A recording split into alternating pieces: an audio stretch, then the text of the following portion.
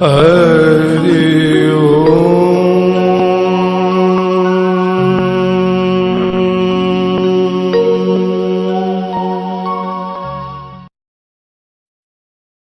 तो मन किसी व्यक्तित्व से जुड़ता है तो अपने आप में ही एक आत्मविश्वास पैदा होता है और आत्मविश्वास जीवन के सारे दुखों को दूर करने में समर्थ हो पाता है। यदि हमारा आत्मविश्वास भाखड़ा नांगल से है तो हमें यहां लाइट मिल जाएगी। ये होना चाहिए कि भाखड़ा नांगल में विद्युत कम से कम 5000 मेगावाट बिजली रोज पैदा होनी चाहिए। हम भाखड़ा नांगल को नहीं समझ सके तो ये हमारी विडंबना होगी, ये हमारी न्यूनता होगी। इसलिए जीवन में पूर्ण स्वस्थ शारीरिक, दैविक और भौतिक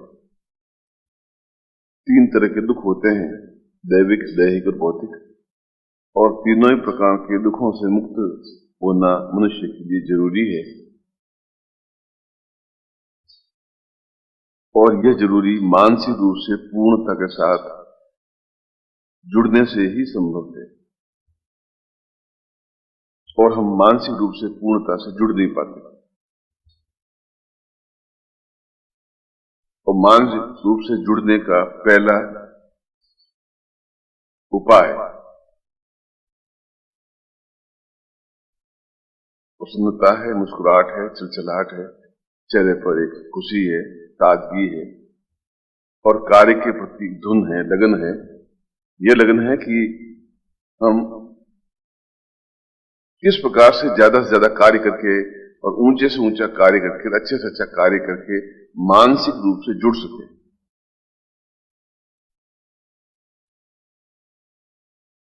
भाखड़ा नांगल से यहां कोई सीधा बिजली का तार लगा हुआ नहीं है, तरंग है और वहां से बिजली की तरंग यहां दिल्ली तक पहुंचती है, वहां से 306 को हाट में आकर के यहां लाइट लगा देती है। ये पहला उत्तर भी पूर्ण स्वस्थ तीनों ही प्रकार से, दैविक, दैहिक और भौतिक, आनंद प्रद होने का उपाय एक ही है, प्रसन्नता युक्त निरंतर कार्य करते हुए मुस्कुराहट बिखेरते रहना। और दूसरा उपाय भी यही, और तीसरा उपाय भी यही, और 12वां उपाय भी यही, और 40वां उपाय भी यही। यदि हम इस प्रकार से मानसिक रूप से जुड़ सकें, और मानसिक रूप से जुड़ने का मतलब है कि आपके अंदर वह विद्युत प्रवाह पैदा कर सकें जिसके माध्यम से हम हर चीज को एक सुंदरता के साथ प्रस्तुत कर सकें। और मनुष्य के चेहरे से ज्यादा सुंदर संसार में कोई चीज नहीं है और मुस्कुराहट से ज्यादा मूल्यवान कोई चीज नहीं है। और प्रसन्नता के साथ प्रेजेंटेशन या रखने या दिखाने से उत्तम कोई तथ्य नहीं। 3 चीजें जिंदगी में बहुत कठिन है। मुस्कुराहट बिखेरेंगे तो मुस्कुराहट प्राप्त होगी, बिना दिखावे के कार्य में जुटे रहेंगे तो दूसरों को प्रेरणा मिलेगी और चीज को उत्तम से उत्तम तरीके से चुपचाप साधक की तरह कार्य करने की क्षमता को श्रेष्ठता कहते हैं। और उसके माध्यम से कैंसर नहीं, कैंसर से भी बेइलाज रोग समाप्त हो जाते हैं, वे चाहे भौतिक हो, चाहे दैविक हो, चाहे दैहिक हो। मगर ऐसा करना बहुत कठिन है और इससे आसान कोई कार्य नहीं है। ये इतना आसान कार्य है कि इसमें कोई खर्च होता नहीं,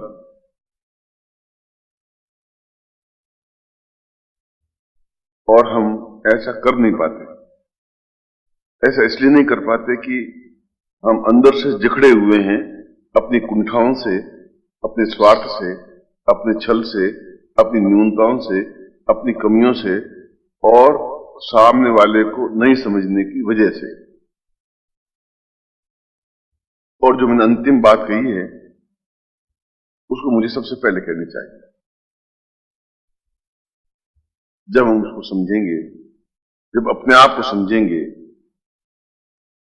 तो फिर जीवन में किसी प्रकार की दुख, वेदना, रोग, कष्ट, पीड़ा, अभाव, बंधन, समस्याएं, कठिनाइयां, चिंताएं रह ही नहीं सकती, संभव नहीं है।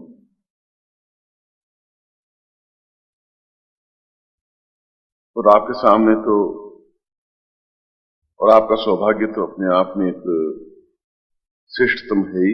यदि आपको दुख माने, इससे बड़ा दुख नहीं है कि आप मेरे सामने खड़े हैं। यदि सुख माने, इससे बड़ा सुख नहीं है कि लोग तरसते हैं 100 रुपए देकर के भी एक क्षण मिलने के लिए, और आप बिना हिचकिचाहट के ऑफिस में आकर मिल लेते हैं। आप स्वयं कल्पना कर लीजिए कि आप सौभाग्यशाली हैं या यमुना पार से आने वाला व्यक्ति सौभाग्यशाली है।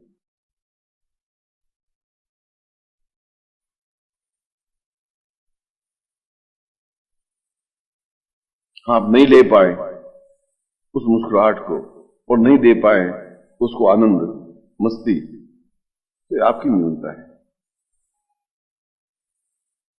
और न्यूनता शब्द कहीं डिक्शनरी में है नहीं। आप जिस दिन अपने आप को न्यून समझेंगे, उस दिन न्यून होंगे। नींद आती नहीं है, कोई जरूर नहीं नींद लेना। ऐसा श्री कृष्ण ने कहा है कि नींद मृत्यु का एक कारण है, मृत्यु का पर्यायवाची शब्द है। नींद का मतलब है डेथ, मृत्यु, बेसुध होना, समाप्त हो जाना। दुख बुढ़ापे का एक कारण है। दुख का मतलब है वृद्धावस्था की ओर अग्रसर होना। दुख महसूस करने की क्रिया का मतलब है बुढ़ापे और हम 1 मील और चले।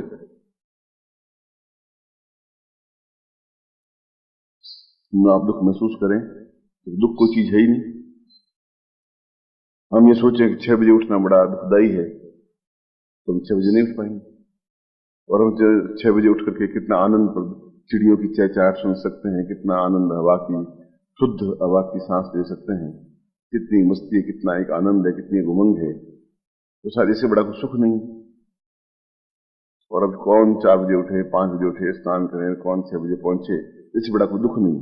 ये मन के विकार है, और ये मन के विकार आपको बुढ़ापे की ओर धकेलते हैं, और बुढ़ापा अपने आप में मृत्यु है। दिन भर जो मुस्कुराहट बिखेरता रहता है, उससे बड़ा उच्च कोटि का व्यक्तित्व भगवान कृष्ण भी नहीं। इसे भगवान कृष्ण की कोई चीज हमें आकर्षित नहीं करती, उसकी मुस्कुराहट हमें आकर्षित करती है। वह खींचती है पूरी दुनिया को अपनी ओर, वह जोड़ती है अपने आप को दुनिया की ओर, और इसके कोई व्यय नहीं होता। बाजार में चीज मिलती नहीं, ये आपके पास है। और यदि काम नहीं करते हैं तो आपकी उम्र घटती ही है, बढ़ती नहीं है। जो काम में सतत चेष्टारत रहता है, लगा रहता है, वह बुढ़ापा प्राप्त कर ही नहीं पाता। चर्चिल जैसा व्यक्ति 92 साल की 92 साल की उम्र में 92 की उम्र में इंग्लैंड का मुख्यमंत्री, प्रधानमंत्री बना। जब यहां व्यक्ति मरने कब्र में पैर लटकाते हैं, तब मुख्य प्रधानमंत्री बना और उस 4 साल तक राज्य किया और इंग्लैंड को वापस ऊंचाई पर उठाया। हैमिल्टन 96 की उम्र में पहली बार टाइपराइटर सीखा और उसने कम से कम 10-12 उपन्यास लिखे 96 की उम्र में। मैरी पियर्स 93 की उम्र में पहली बार आविष्कार किया, नोबेल प्राइज प्राप्त किया। और 89 की उम्र में हमारे यहाँ के अहलूवालिया 92 की उम्र में, जिसकी एक टांग कट गई थी सेना में, वह हिमालय की सर्वोच्च चोटी पे चढ़ा लकड़ी की एक टांग के सहारे और दिखा दिया कि 92 की उम्र भी बहुत जवान होती। अंदर एक आग होनी चाहिए और चेहरे पर एक मुस्कुराहट होनी चाहिए और काम करने की लगन होनी चाहिए और उस कार्य को ये सोचने अच्छे से अच्छा कार्य करके कैसे दिखाऊं। आप नहीं दिखाएं, ये आपकी न्यूनता है या विशेषता है, और आप दिखाएं, ये आपका अहोभाग्य है, सौभाग्य है। और जब ये विश्वास होता है तो फिर रोग आपके पास नहीं भटकता। फिर डॉक्टर अपने आप में असहाय हाथ मलते हुए रह जाते हैं कि ये ऐसा कैसे हो रहा है। उनको ये समझ में आ नहीं सकता क्योंकि वो यंत्रों के अलावा को समझते नहीं, और हम यंत्रों को हाथ लगाते ही नहीं, मन के द्वारा सब कुछ कर लेते हैं। एक दूसरे से जुड़ जाते हैं, एक दूसरे को प्यार बांटते हैं, एक दूसरे को मुस्कुराहट बिखेरते हैं, और हम वह सब कुछ कर लेते हैं कि प्रत्येक कार्य को अच्छे से अच्छा करके दिखा देते हैं, लगे हुए धुन में मस्ती के साथ 24 घंटे।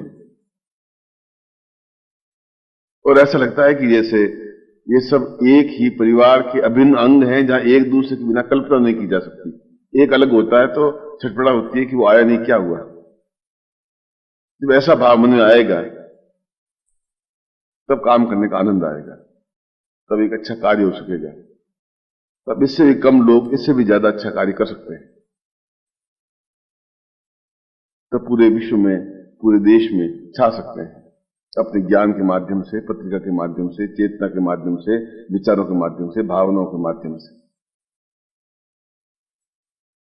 और आप दिन भर छिलछिलाती हुई नदी की तरह, निर्मल जल की तरह, मुस्कुराहट बिखेरते हुए कृष्ण की तरह दिखाई दें, और आपको देख करके हम सब लोगों के चेहरे पर भी मुस्कुराहट आए और काम करने में जी लगे और काम तेजी के साथ करें, 10 लोगों का काम एक साथ कर सकें, ऐसी भावना आपके मन में उदय हो। ऐसा ही मैं आपको आशीर्वाद देता हूं और कल्याण कामना करता हूं।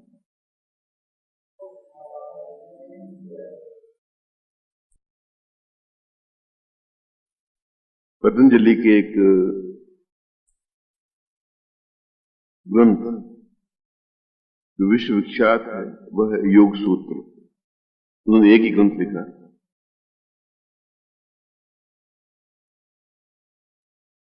और योग सूत्र में उन्होंने सबसे पहले, वह ऋषि था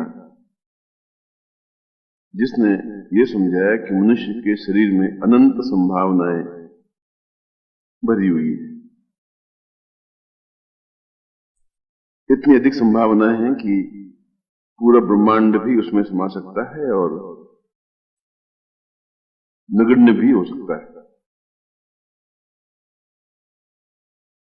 हमारे जैसे ही 2 हाथ पैर वाले अमेरिका के राष्ट्रपति भी बनते हैं,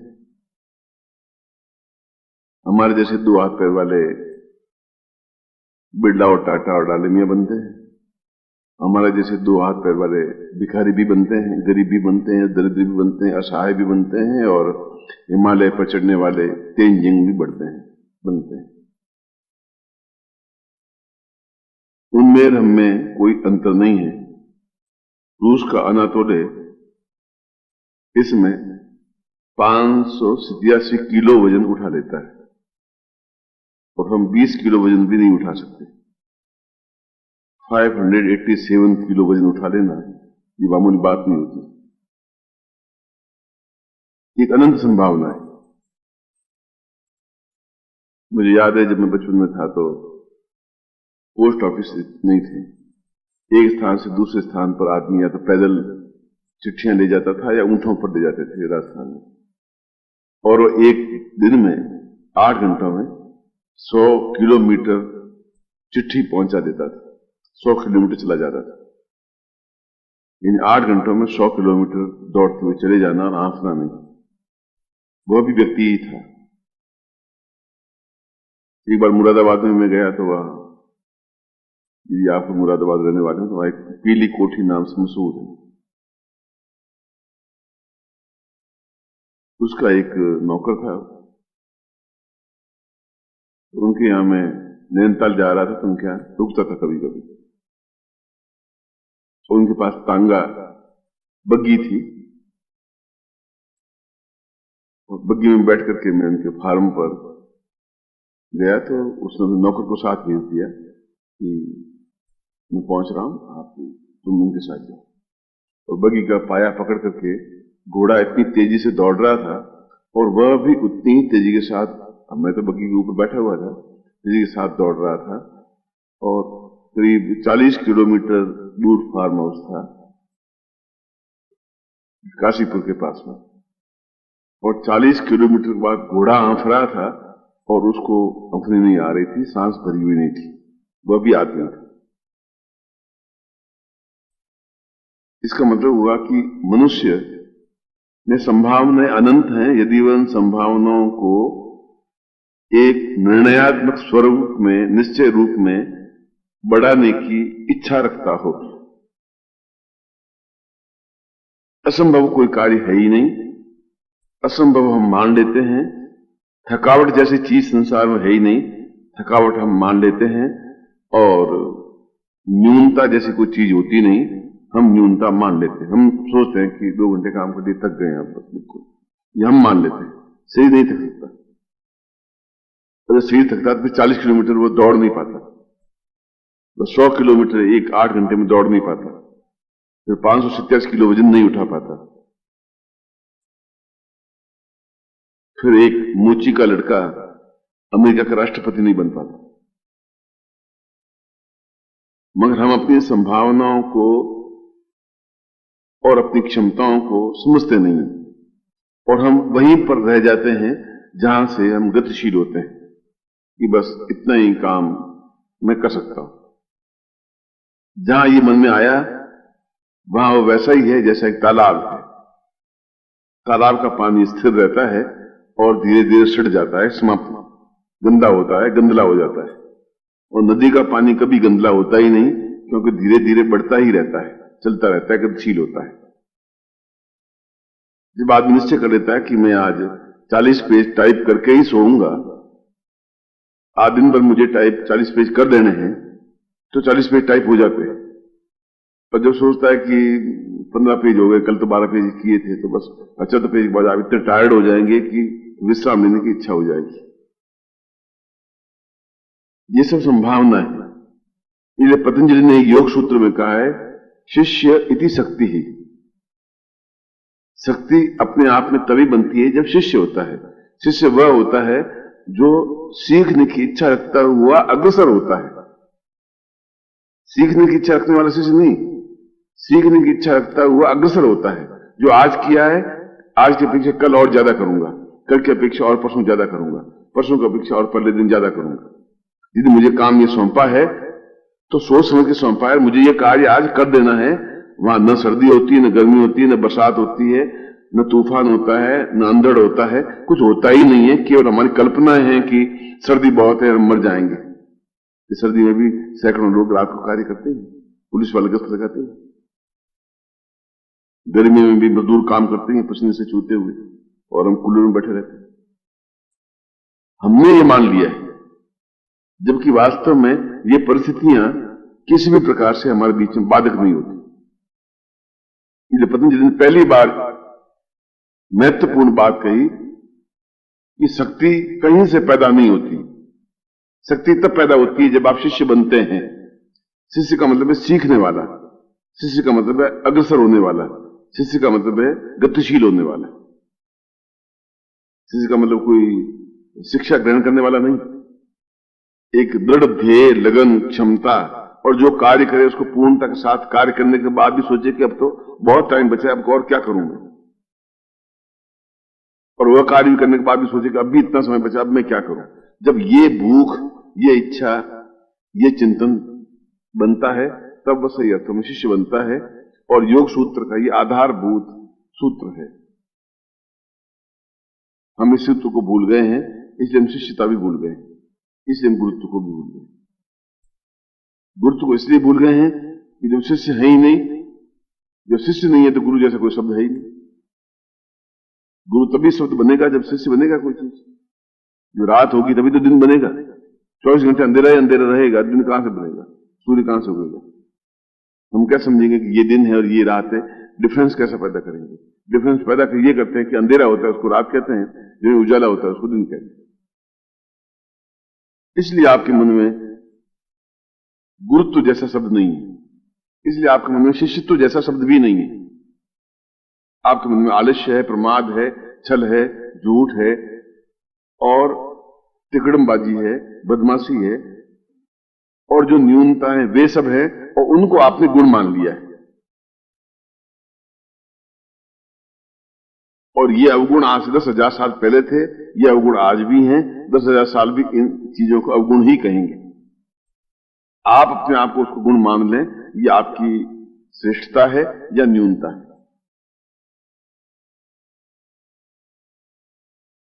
जो काम जब आदमी शिष्य बन जाता है, जब आदमी एक डॉक्टर बन जाता है, जब आदमी एक वैज्ञानिक बन जाता है, जब आदमी एक हकीकत बन जाता है, जब आदमी तुम्हारी उम्र का एक आदमी और तुमसे कम उम्र का एक आदमी आईएएस अफसर बन जाता है, कलेक्टर बन जाता है, तो पूरे जिले का भार संभालता है, पूरे जिले का प्रशासन संभाल लेता है। वो भी तुम्हारे मेरे जैसे आदमी होता है और बिजी रहते हुए भी टाइम निकालता है, उनके पास समय ही समय होता है। ये समय तो बहुत है, आप ये सोचते हैं कि समय कम है। और आइंस्टीन ने इसी को बताया है कि एक आदमी के पास में एक दिन रात में 365 दिनों जितनी लंबा समय होता है, यदि वह काम करने की धुन की ओर अग्रसर हो जाता है और 1 घंटे का काम आधे घंटे में निपटा देता है, 20 मिनट में निपटा देता है। इसलिए एक आदमी 10 साल तक बिना खाना खाए भी रह सकता है और 5 किलो वजन खाना भी बढ़ा सकता है, कुछ भी कर सकता है, क्योंकि उसके शरीर में अनंत संभावना है। उन संभावनाओं को पहचानने की क्षमता शिष्य स्वयं अपने अंदर से ही उत्पन्न करता है। दूसरों के समझाने पर आप तर्क करने लग जाते हैं, कुतर्क करने लग जाते हैं और मन को समझा देते हैं कि ऐसा हो नहीं सकता, संभव नहीं, बस खत्म। यही आपकी न्यूनता होती है। इसलिए इस प्रसंग में भी ये बताया है कि उन्होंने अपनी एक शक्ति दी, एक पावर दी।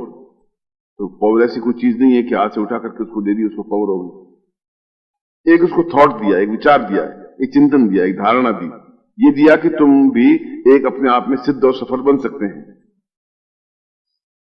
उन्होंने बताया संसार में रह करके भी हम गृहस्थ रह सकते हैं, गृहस्थ में रहते हुए भी सन्यासीवत रह सकते हैं, अनासक्त रह सकते हैं, शादीशुदा होते हुए भी बिना शादीशुदा युक्त रह सकते हैं, अपने आप में निष्प्रह रह सकते हैं, निश्चिंत रह सकते हैं, निश्चल रह सकते हैं। यह उस योग सूत्र का अपने आप में एक महत्वपूर्ण तथ्य है और सारी ग्रंथ इसी बेस पर आधारित है। एक पूरे जीवन का अध्याय है, जीवन को उन्नति की ओर अग्रसर करने वाला अध्याय है। इसलिए जिस क्षण पतंजलि का यह योग सूत्र सुने, उसी क्षण उसका अमल अगर शुरू कर लेता है तो कर लेता है। प्लान करने से यह सूत्र समझ नहीं आएगा, ये कल से इसको शुरू कर देंगे, ऐसा नहीं हो सकता। या तो उसी समय शुरू हो जाएगा या फिर नहीं होगा, या तो इसी समय इस काम को कर दूंगा और काम करने की प्रवृत्ति डाल दूंगा या फिर नहीं करूंगा। क्योंकि हमारे यहां कुंभकर्ण भी पैदा हुए हैं जो 24 घंटे सोते रहते थे, और ऐसे भी पैदा हुए हैं जो अनिद्रा थे, इंद्र जैसे पैदा हुए जो सोते ही नहीं। दोनों तरह के ऋषि पैदा हुए हैं, रावण भी पैदा हुए हैं, राम भी पैदा हुए। यह तो आदमी के अंदर की लगन की क्षमता की बात है, वह कितनी तत्परता और लगन के साथ में कोई भी कार्य को, चाहे सफाई करना काम हो और चाहे लिखने का काम। जो गांधी जी बैठे हुए आटा की चक्की पीस रहे थे, खुद ही आटा पीसते थे और उससे रोटी बनाते थे, वे मशीन को यूज करते ही नहीं थे। तो सुप्रीम कोर्ट के वकील आए कि मैं आपके आंदोलन में शामिल होना चाहता हूं, मुझे आप कोई काम सौंपिए, I am advocate in supreme court. उसने कहा अभी तो ये काम है कि आप मेरे साथ बैठिए तो आटे की चक्की पिसवाइए, आटा निकालना जल्दी से, फिर आप यहां बैठिए। उनका गांधी जी आप जानते हैं मैं एडवोकेट हूं। आप एडवोकेट हैं सुप्रीम कोर्ट में, यहां पर नहीं, यहां पर तो ये काम है मेरा, इसमें तो आप ये काम करिए, फिर सुप्रीम कोर्ट जाए तब ऐसा करिए। ये काम वो भी खराब नहीं है। जब वाशिंगटन, जब यहां पर आए गवर्नर, तब उन्होंने गांधी जी को संदेश मिलने के लिए साबरमती गए, तो उनको टाइम दिया गया 3:05 से 3:10 में आपसे बात करूंगा। वो किसी वजह से लेट हो गए, 3:09 पे आए।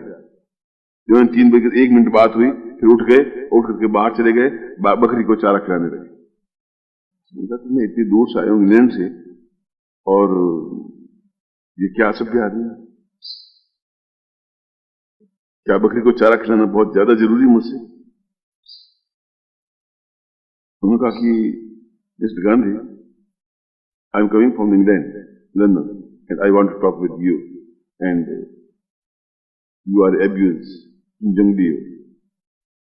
तो उसने कहा जंगली मैं नहीं हूं, जंगली तुम हो, क्योंकि मैंने आपको 5 मिनट बातचीत करने के लिए दिया था, वह भी उतना ही जरूरी है जितना इसको चारा खिलाना मुझे टाइम पर। यह भी काम उतना ही महत्वपूर्ण है जितना आपसे बातचीत करना उतना ही महत्वपूर्ण। मेरे लिए कोई काम न्यून नहीं है। हम समझ लेते हैं कि ऐसा काम हम क्यों कर सकते हैं, आटा हम कैसे पीस लें, या सफाई हम कैसे कर लें, ये काम मेरा नहीं है। योग सूत्र की व्याख्या यह है कि आपके अंदर अनंत ऊर्जा भरी हुई है, और उस ऊर्जा का आप उपयोग 1% कर पाते हैं। उस ऊर्जा को शक्ति कहते हैं, और वह शक्ति प्रवाहित शिव कर सकता है। शिव जो कल्याण करने वाला हो, जो गुरु हो, जो दूसरों को ज्ञान देने की क्षमता रखता हो, जो पहले शक्ति संचय की हुई हो। अगर मुझे इस पत्रिका को प्रसार संख्या बढ़ानी है तो फिर बढ़ा करके ही आना है। अब कैसे बढ़ाना है, ये आपकी ऊर्जा है। ये आज इस डम्मी को तैयार कर देना, ये आपकी ऊर्जा है। ये चीज सीख लेनी है, आपकी ऊर्जा है। आप सोचते हैं बस सिखाएगा और वो कहेगा और वो आज्ञा देगा, यहां पर आप न्यून आ जाते हैं, वो पतंजलि के योग सूत्र को भूल जाते हैं। ये उदाहरण, ये व्याख्या इस बात का परिचायक है कि वह शक्ति सिर्फ कही जाती है, कहने का ही मतलब देना है, प्रवाहित करना है, और वह स्वीकार करता है और अपने आप में योगी बन जाता है, ऋषि बन जाता है, उच्च कोटि का व्यक्तित्व बन जाता है, पतंजलि बन जाता है, वशिष्ठ बन जाता है, राम और कृष्ण, बुद्ध और महावीर बन जाते हैं, अनातोली बन जाते हैं, लिंकन बन जाते हैं, गांधी बन जाते हैं। वे सभी हमारे जैसे ही थे, हमसे भी निम्न स्तर के थे। उनके पास इतनी सुविधाएं भी नहीं थी जितनी हमारे पास हैं। वे मोची का लड़का था, वह लिंकन।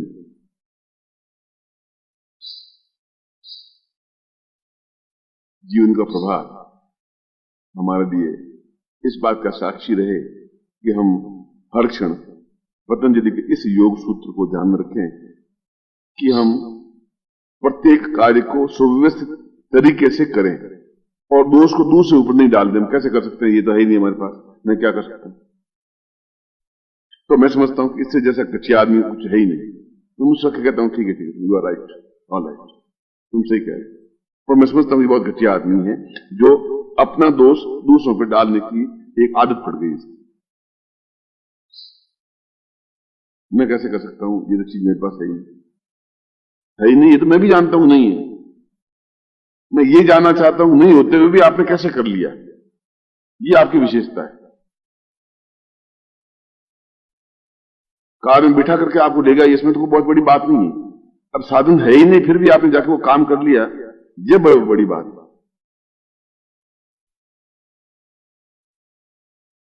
और ऐसे ही आप बने तो सही अर्थ में पतंजलि बन सकेंगे। तब इस उद्धरण का अर्थ आपको समझ में आ सकेगा, तब सही अर्थ में आप शिष्य बन सकेंगे, और तब मुझे वास्तव में प्रसन्नता हो सकेगी, और आप ऐसा बनेंगे, ये प्रभात आपके जीवन का एक परिवर्तनकारी बनेगा। ऐसे ही मैं आपको आशीर्वाद देता हूं, आपकी कल्याण कामना।